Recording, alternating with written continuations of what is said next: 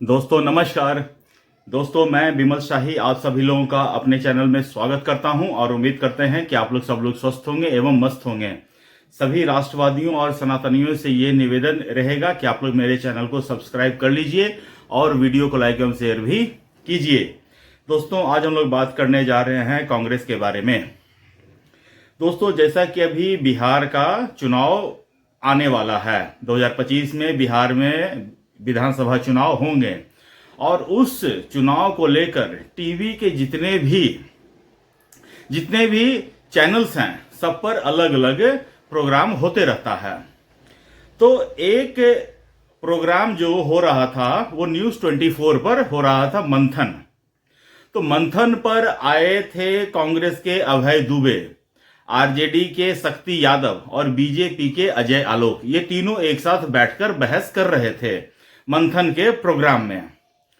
तो जो उनकी जो एंकर थी उन्होंने कांग्रेस के जो प्रवक्ता थे अभय दुबे उनसे पूछा कि महागठबंधन को कितनी सीटें आ रही हैं।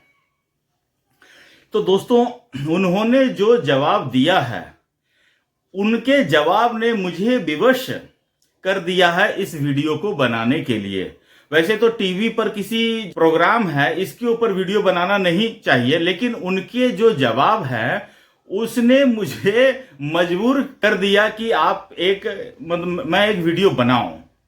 तो उन्होंने जवाब क्या दिया पहले ये सुनिए। उन्होंने जवाब दिया कि महागठबंधन जो है 175 सीटें जीतने जा रही हैं। मतलब कि आदमी को भगवान ने मुंह दिया है तो इसका मतलब ये थोड़ी है कि वो कुछ भी बोल सकता है। ऐसा थोड़ी है कि मतलब कि बिना कोई एनालिसिस किए, बिना कोई जांच पड़ताल किए, बिना अपनी हैसियत देखे कुछ भी बोल सकता है। ऐसा नहीं होता है और ऐसा होना भी नहीं चाहिए। आदमी को उतना ही बोलना चाहिए जितना थोड़ा सा लगे कि हाँ चल जाए। दोस्तों इसी तरह का बात जो है ना ऑलमोस्ट हर नेता करते ही करते हैं। अपने कार्यकर्ताओं का मनोबल ऊंचा रखने के लिए हर एक पॉलिटिकल पार्टी इस तरह की बयान देते हैं, बीजेपी वाले भी देते हैं। लेकिन बीजेपी वाले जो है वो एक लिमिट में देते हैं। उनसे अगर आप पूछिएगा कि कितनी सीटें आएंगी तो वो एक लिमिट में रखकर बताते हैं कि हाँ हम इतनी सीटें जीतेंगे या इतनी सीटें जीत सकते हैं।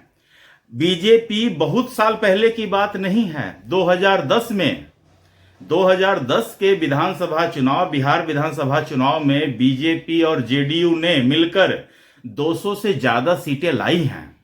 तो अगर बीजेपी ये कहती है कि हम 200 सीट वाला जो परिणाम है वो फिर से हम ला सकते हैं तो कोई बहुत बड़ी बात नहीं कहती हैं, ठीक है। और बीजेपी और जेडीयू लगातार 20 साल से बिहार की सत्ता में है और बिहार में बहुत ज्यादा मतलब जो सत्ता के प्रति नाराजगी है ऐसा नहीं है, लोगों में गुस्सा है ऐसा नहीं है। बिहार के लोग अभी भी नीतीश कुमार और बीजेपी की सरकार को पसंद करते हैं, उनके किए गए कार्यों की सराहना करते हैं।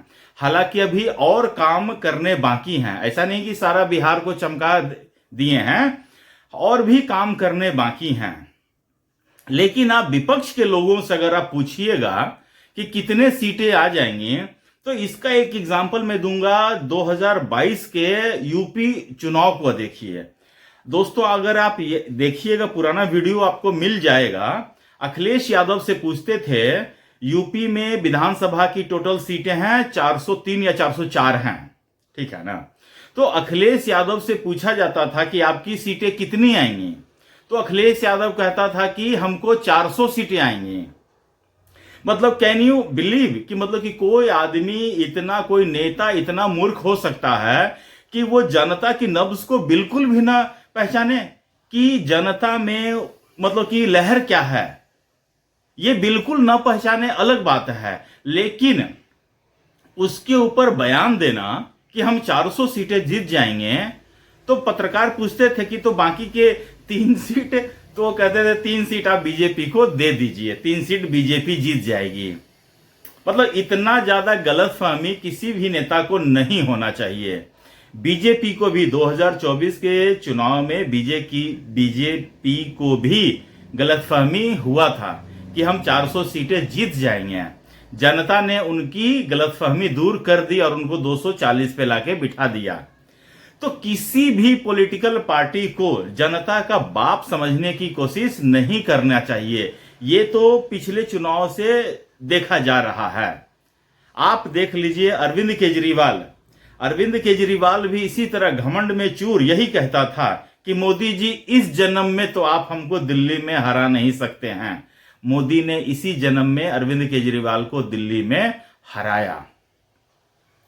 तो अब बिहार विधानसभा चुनाव में कांग्रेस के जो प्रवक्ता थे उन्होंने कहा कि हम 175 सीटें जीत जाएंगे।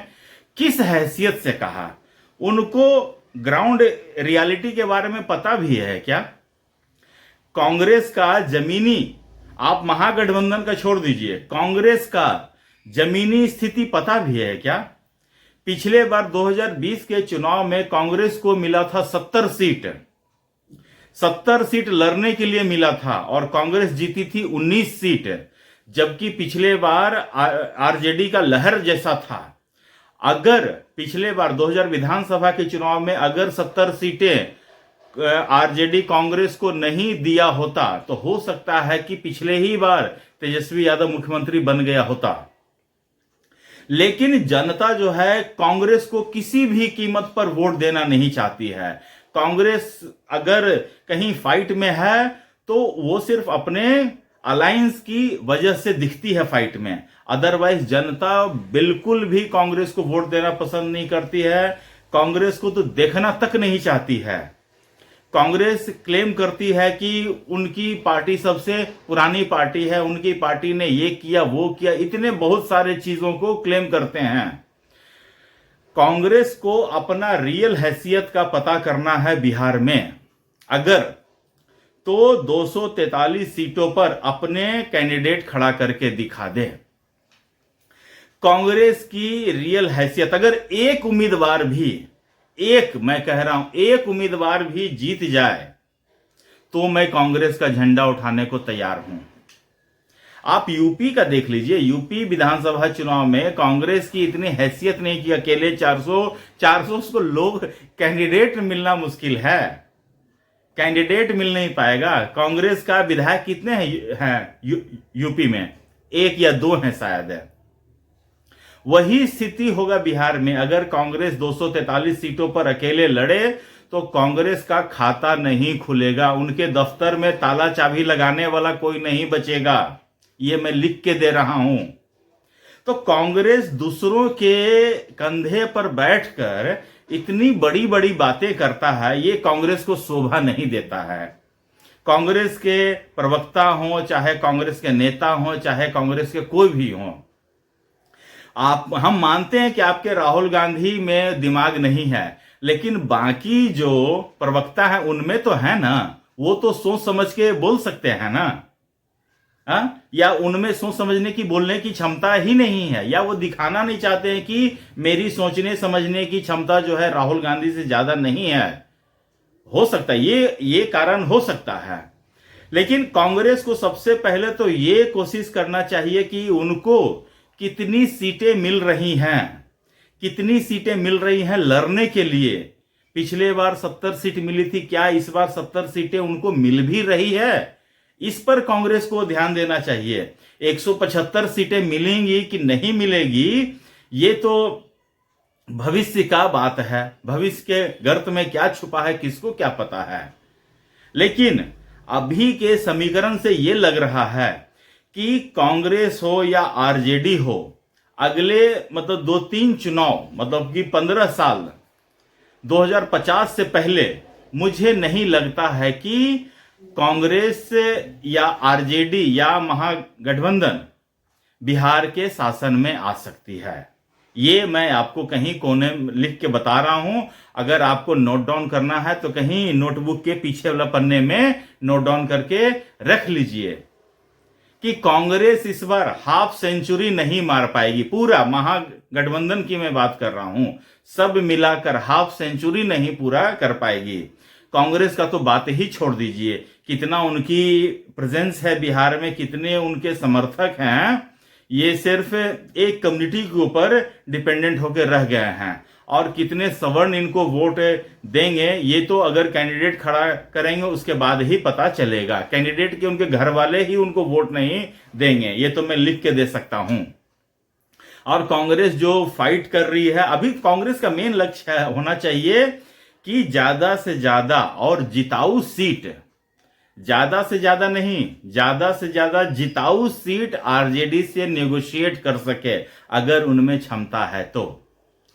कांग्रेस की राहुल गांधी ने अभी कुछ दिन पहले बिहार में निकाला था वोटर यात्रा, वोटर अधिकार यात्रा। तो वोटर अधिकार यात्रा में राहुल गांधी ने भीड़ अच्छा खासा जुटाया। तो एक दो लोगों से हम बात किए कि तुम देखने के लिए गया था क्या राहुल गांधी? तो कह रहा है कि राहुल गांधी को देखने के लिए गए थे, गोरे बहुत हैं। तो राहुल गांधी एक अजूबा है, उनको देखने के लिए लोग जा सकते हैं, लेकिन जो गए हैं वो उनको वोट देंगे ये कहना बड़ा मुश्किल है। और राहुल गांधी का यात्रा का अंत कैसे होता है ये आप सब लोग जानते हैं। राहुल गांधी का यात्रा का अंत होता है दो चीजों से, प्रधानमंत्री मोदी की माता को गाली के संदर्भ में और पप्पू यादव को मंच पर नहीं चढ़ने दिया इसके लिए। उसके बाद दोस्तों देखिए, तेजस्वी यादव ने अपनी एक अलग से यात्रा और निकाली। उनको लगा कि पहली वाला यात्रा में राहुल गांधी ने पूरा मतलब जो है फुटेज खा लिए, तो तेजस्वी यादव ने अपनी अलग से यात्रा निकाली। अच्छा, तो उनकी यात्रा का अंत कैसे होता है? उनकी बहन जो है मुंह फुला के भाग जाती हैं।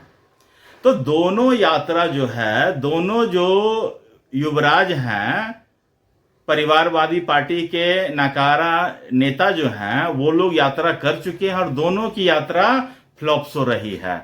अब इस पर बिहार की जनता कितना भरोसा करने जा रही है इन दोनों नेताओं पर, ये तो देखने वाली बात रहेगी। समय के इंतजार कीजिए, आप लोग सब देखेंगे।